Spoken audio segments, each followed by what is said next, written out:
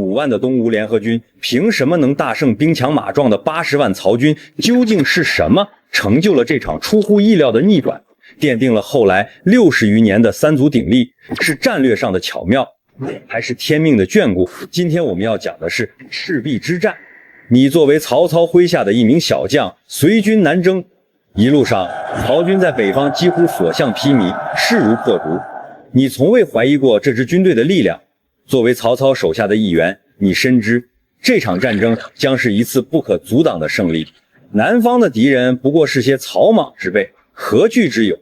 你在心里暗暗想着，北方的战斗早已教会你如何应对各种局面。对于即将到来的赤壁之战，你充满信心，坚信曹操的铁骑可以横扫一切。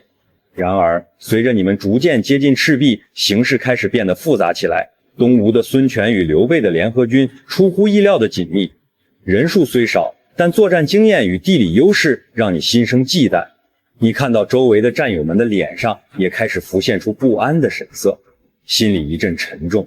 赤壁之战的战场上，局势变得异常紧张。曹操的庞大舰队几乎布满整个江面，气势雄伟，但东吴的周瑜早已布下了精巧的阵势。他与黄盖联合策划了火攻计划，这让你产生了莫名的担忧。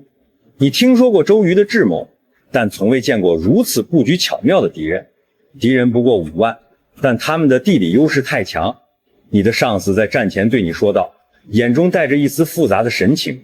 东吴联军的兵力虽少，但战术却出奇的高明。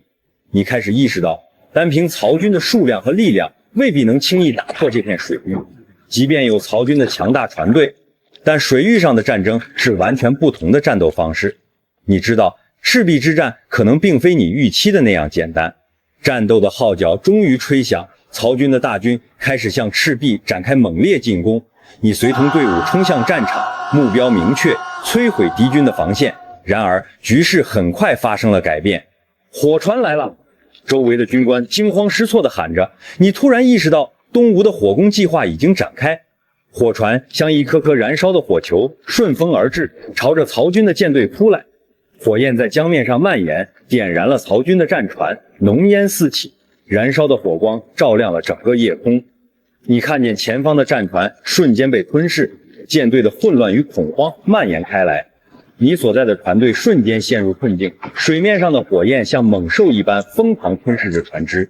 你的心脏剧烈跳动，你命令士兵们奋力扑灭火焰，但局面已无法控制，船只的移动变得更加缓慢，火焰、黑烟与敌军的攻势交织在一起，仿佛一场无休止的噩梦。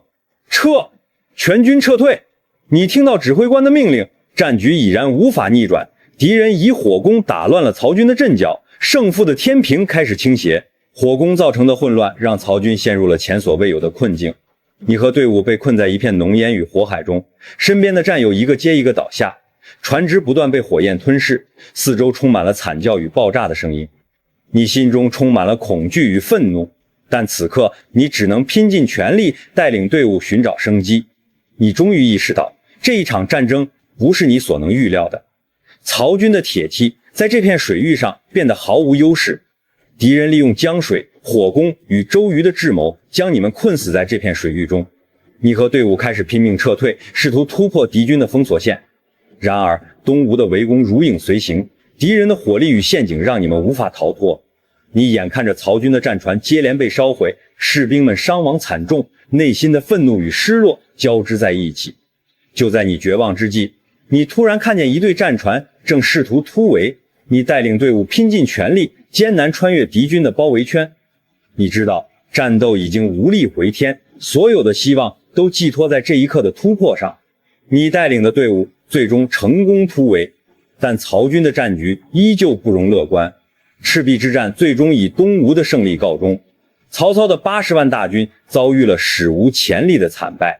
你站在满目疮痍的战船上，心中无法平静。你从未想过，曹操的雄图壮志竟会在赤壁被彻底击破。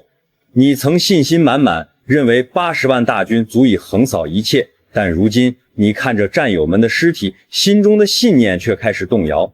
你逐渐明白，单靠兵力和战术的优势并不能保证胜利。东吴联军虽然人数少，但依靠巧妙的火攻和地理优势，成功击败了曹军。这场战争给你带来的不仅是身体上的创伤，更是心灵上的震撼。赤壁之战结束后，你和幸存的战友们孤零零地踏上了回北方的路，路途漫长。